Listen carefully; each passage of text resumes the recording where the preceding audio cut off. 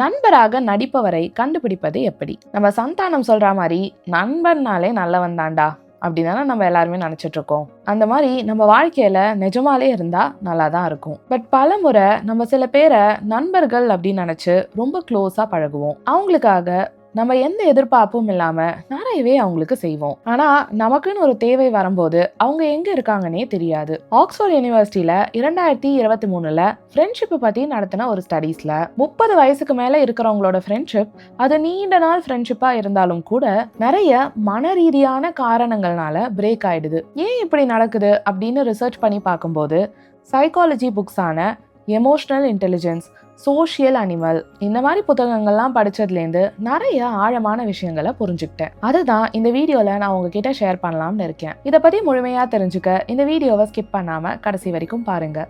இந்த மாதிரி psychology, mental health, personal development மற்றும் மணி மேனேஜ்மெண்ட் ரிலேட்டடான வீடியோஸை பார்க்க நம்ம சேனலை உடனே சப்ஸ்கிரைப் பண்ணி வச்சுக்கோங்க. இந்த டாபிக்ஸில் நான் நிறைய வீடியோஸ் போடுவேன். அது மட்டும் இல்லாமல் பக்கத்தில் இருக்கிற பெல் ஐக்கனையும் அழுத்தி வச்சுக்கோங்க. நான் போடுற வீடியோஸ் உங்களுக்கு வாரந்தோறும் வந்து சேரும். இந்த வீடியோவில் எப்படி பொய்யான ஃப்ரெண்ட்ஷிப்பை கண்டுபிடிக்கலாம், நம்ம எனர்ஜியை எப்படி பாதுகாக்கலாம், எப்படி நம்ம உண்மையான அர்த்தமுள்ள ரிலேஷன்ஷிப்பை மெயின்டைன் பண்ணலாம் அப்படின்னு தெளிவா பார்க்க போறோம். ரீசெண்டா நான் காந்தாரா மூவி பார்த்தேன். ஹீரோயின் அந்த ஹீரோவை ரொம்ப லவ் பண்ற மாதிரி, கேர் பண்ற மாதிரி நடிப்பாங்க. இது எல்லாமே ஹீரோயின் அவங்க சொந்த பெனிஃபிட்ஸ்க்காக தான் பண்றாங்க அப்படின்னு தெரியாம அந்த ஹீரோ அவங்கள முழுமையா நம்புவாரு. கடைசியில இந்த ஹீரோயின் இவரை மேனிபுலேட் பண்ணி நம்ப வச்சிருக்காரு அப்படின்னு தெரிஞ்சதுக்கு அப்புறமா ரொம்பவே உடஞ்சு போயிடுவாரு. நம்ம நிறைய பேரோட வாழ்க்கை கதையும் அப்படிதானே இருக்கு. ரொமான்டிக் ரிலேஷன்ஷிப்ல மட்டும் இல்லாம ஃப்ரெண்ட்ஷிப்லயுமே நிறைய பேருக்குள்ள இருக்கிற பாண்ட் ஒரு எமோஷனல் அட்டாச்மெண்ட்டே இல்லாம வெறும் சொந்த பெனிஃபிட்ஸ்க்காக மட்டும் இருக்கு. நம்ம நிறைய பேருக்கு நிறைய நண்பர்கள் இருக்கிறத விட சில நண்பர்கள் இருந்தாலும் அவங்க உண்மையான நண்பர்களா இருந்தா நல்லா இருக்குமே அப்படின்னு தோணும்ல. சரி, இப்போ இந்த பொய்யான ஃப்ரெண்ட்ஷிப் எப்படி எப்படிலாம் இருக்கோ அப்படின்னு ஒரு விஷயமா பார்ப்போமா. முதல் விஷயம், they talk only about themselves. இப்போ ரெண்டு பேருக்குள்ள ஃப்ரெண்ட்ஷிப் இருக்கும் போது அவங்க ரெண்டு பேருமே அவங்க எமோஷன்ஸை முதலீடு பண்ணணும். அதாவது ரெண்டு பேருமே அவங்களோட சொந்த தேவைக்காக மட்டும் யோசிக்காம ஒருவருக்கொருவர் அக்கறையா இருக்கணும், அவங்க அன்பை பரிமாறிக்கணும். ஆனா சில பேரு ஃப்ரெண்ட்ஷிப்பை அவங்களோட தேவைகளை பூர்த்தி பண்ணிக்கிறதுக்கான ஒரு டூலா யூஸ் பண்றாங்க. அவங்களுக்கு தேவையான அட்டென்ஷன், சப்போர்ட் அவங்க நினைக்கும் போதெல்லாம் அவங்கள ஒருத்தங்க கம்ஃபர்ட் பண்றதுக்காக மட்டும் இந்த ஃப்ரெண்ட்ஷிப்பை யூஸ் பண்ணிப்பாங்க. ரெண்டாவது விஷயம், they see you as their competition. சில ஃப்ரெண்ட்ஷிப்ல பாத்தீங்கன்னா அந்த நண்பர் எப்பயுமே நம்மளோட ஒரு படி ஜாஸ்தியா இருக்கணும் அப்படின்னு நினைப்பாங்க. நம்மளோட போட்டி போடுவாங்க. ஆனா நம்ம எவ்வளவு அச்சீவ் பண்ணாலும் நம்மள கொண்டாடவே மாட்டாங்க. உண்மையான நண்பர்கள் நம்மளோட வளர்ச்சியை பார்த்து மகிழ்ச்சி அடைவாங்க, இன்ஸ்பயர் ஆவாங்க. ஆனா பொய்யான நண்பர்கள் நம்மளோட வளர்ச்சியை பார்த்து ரொம்ப பயப்படுவாங்க. அவங்க கூட நம்ம இருக்கும் போது அவங்க நம்ம கிட்ட ஒரு விஷயம் அமைதியா சொல்லிட்டே இருக்கிற மாதிரி இருக்கும். நீலாம் அவ்வளவு பெரிய ஆளே கிடையாது, உன்னால என்ன அடிச்சுக்கவே முடியாது அப்படின்னு இன்டைரக்டா அவங்க நம்மள உணர வச்சுட்டே இருப்பாங்க. மூணாவது விஷயம் பாத்தீங்கன்னா, they keep insulting you. Joke அடிக்கிற மாதிரியோ இல்லனா அப்படியே ஜாலியா பேசுற மாதிரியோ டக்குன்னு நம்மள மட்டம் தட்டி பேசிடுவாங்க. இப்படியே பண்ணி பண்ணி ஒரு பாயிண்ட்ல நம்ம மதிப்பு என்ன, நம்ம வேல்யூ என்ன அப்படின்னு நம்மளையே நம்மள டவுட் பண்ண வச்சிருவாங்க. இதனால நம்ம மேல இருக்கிற நம்ம தன்னம்பிக்கையே குறைஞ்சு நமக்குன்னு ஒரு கான்ஃபிடன்ஸே இல்லாம பண்ணிடுவாங்க. நாலாவது விஷயம், they gossip about others. நம்ம கிட்ட ஒருத்தங்க அடுத்தவங்களை பத்தி புறம் பேசுறாங்க அப்படின்னா நம்மள பத்தியும் அடுத்தவங்க கிட்ட புறம் பேசுவாங்க தானே. இந்த மாதிரி புறம் பேசுறதுனாலேயே நிறைய ஃப்ரெண்ட்ஷிப்ஸ் உருவாகும். ஆனா இந்த ஃப்ரெண்ட்ஷிப்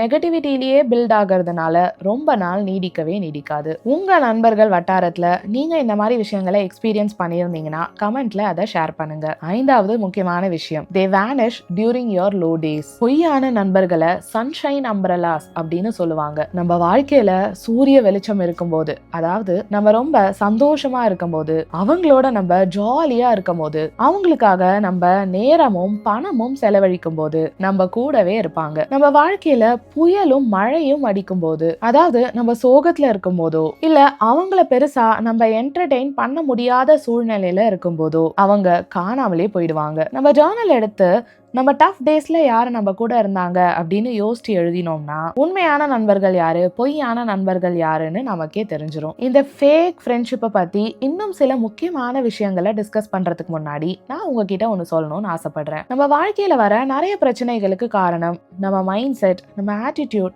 மிக முக்கியமா நம்ம எண்ணங்களும் நம்மளோட உணர்ச்சிகளும் தான். இது எல்லாமே நமக்கு எதிராக வேலை செய்யும் போது நமக்கு ஸ்ட்ரெஸ், பதட்டம், பயம், குற்ற உணர்ச்சி இது எல்லாமே உருவாகி இதுவே நம்ம வாழ்க்கையில நிறைய பிரச்சனைகளை உண்டாக்குது. என்னோட பிரைவேட் கன்சல்டேஷன் செஷன்ஸ்ல லைஃப் ரீசெட் ஃபார்முலா அப்படிங்கிற மெத்தடை யூஸ் பண்ணி எப்படி நீங்க உங்க மைண்டை உங்களுக்கு சாதகமாக்கிக்கலாம் அப்படின்னும், எப்படி நீங்க உங்களோட மைண்ட் செட்டை வச்சு மன அமைதி, நிம்மதி, அன்பு மற்றும் வெற்றியை ஈர்க்கலாம் அப்படின்னு நீங்க தெரிஞ்சுப்பீங்க. இதை பத்தி இன்னும் விவரங்களுக்கு கீழே இருக்கிற என்னோட மெயில் ஐடியை காண்டாக்ட் பண்ணுங்க. இந்த மெத்தடை நீங்க அப்ளை பண்றது மூலமா நீங்க உங்க ஒர்க் பெர்ஃபார்மன்ஸ்ல, உங்க ரிலேஷன்ஷிப்ஸ்ல, உங்க ஹாப்பினஸ்ல 80% இம்ப்ரூவ்மெண்ட் நிச்சயமா பார்க்க முடியும். என்னோட பிரைவேட் கன்சல்டேஷன் செஷனுக்கு ஒரு லேடி கிளைண்ட் வந்திருந்தாங்க. அவங்களோட ப்ராப்ளம்ஸை டிஸ்கஸ் பண்ணதுக்கு அப்புறமா அவங்க எமோஷன்ஸை மேனேஜ் பண்ணவும், அவங்களோட தாட்ஸ்ல அவங்க ஒர்க் பண்ணவும் நம்ம செஷன்ல சில டெக்னிக்ஸ்லாம் பண்ணோம். செஷனோட முடிவில் அவங்க வீட்டில் ப்ராக்டிஸ் பண்றதுக்கு சில ஹேண்ட் அவுட்ஸும் ஷேர் பண்ணேன். அந்த செஷனை பத்தி அவங்க ஒரு ஆடியோ ரிவ்யூ கொடுத்துருக்காங்க.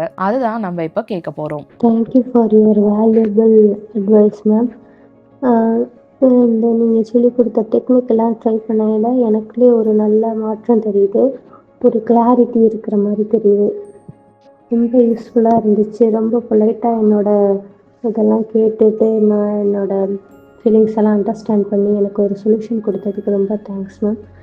ரொம்ப யூஸ்ஃபுல்லாக இருக்குது. 1 வீக் கண்டிப்பாக ட்ரை பண்ணி நான் பயனடைவேன்னு நினைக்கிறேன். I'll see you soon ma'am.